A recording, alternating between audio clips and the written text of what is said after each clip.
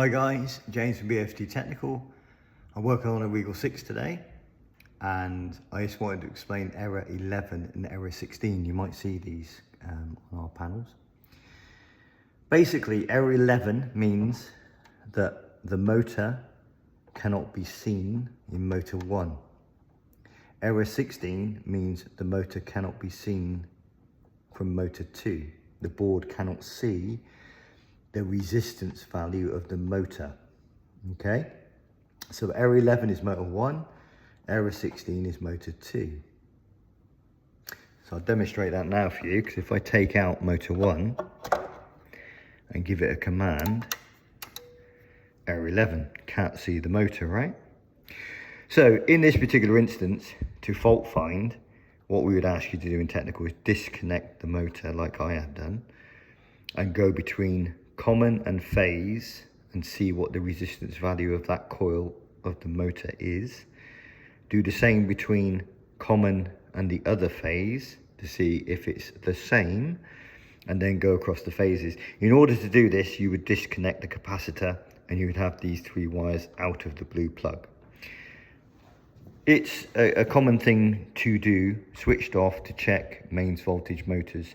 You can ring us up in tech and we can tell you the resistance values of these motors. They're not all the same, so always ring us up in tech and ask. Okay, so I'm going to put it back in because obviously I gave it a command, it wasn't there. I'll give it a command now and it works, right? Okay, remember, resistance value of motor. Now it could also be the cable, no good. You could have a broken cable with no resistance reading. So if you have a joint, if you lengthen the cable, you need to check, straight back as close as you can get back to the motor to verify the motor. So basically what I'm saying to you is turn it off, disconnect it, do the resistance check. If the resistance value is not there, then follow the cable back to maybe a joint box and do it there. If you've got a resistance value and you ring us up in tech and it's confirmed that this is okay, then potentially a component has been damaged or burnt out via something. Now, that can also manifest itself why the board has been damaged, is if the capacitor, it doesn't work correctly. So you'll notice that we use all sorts of different capacitors, different sizes with different motors. Again, ring us up in tech to check. But this one has 6.3 microfarad. That's the requirement to run this motor. Now, if I disconnect this capacitor and make sure it's discharged, with a multimeter, it's possible for me to check the capacitance value of this capacitor. And I think this is a good thing for us to do as engineers out in the field. Because if this doesn't work correctly, everything current related goes up through the roof and it will damage the board.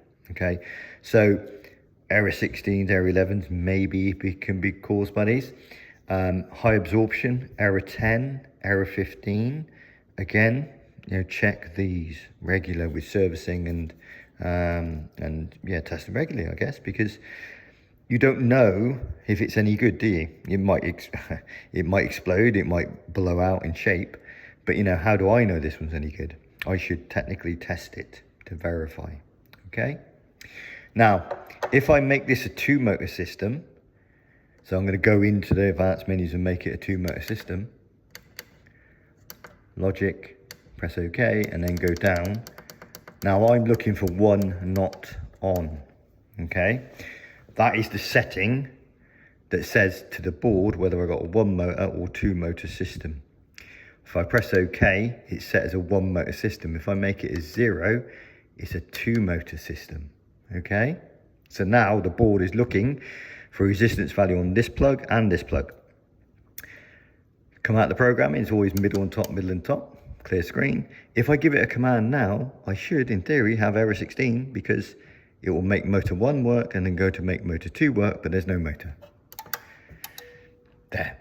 Okay, so same thing, if I had a 2-motor system, I would be turning it off, taking the wires out of this plug with its motor 2 and doing the resistance check and going back down the cable and checking any joint boxes.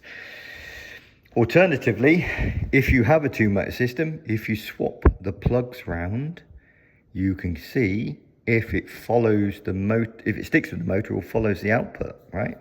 So if this motor was no good, and I swapped the motors around and I gave it a command, I would end up with error 11 because it would see this motor as the problem, right? So you can do a combination of things. Again, I hope this helps you, but always ring us up in tech. We're always there to help you guys. Thank you.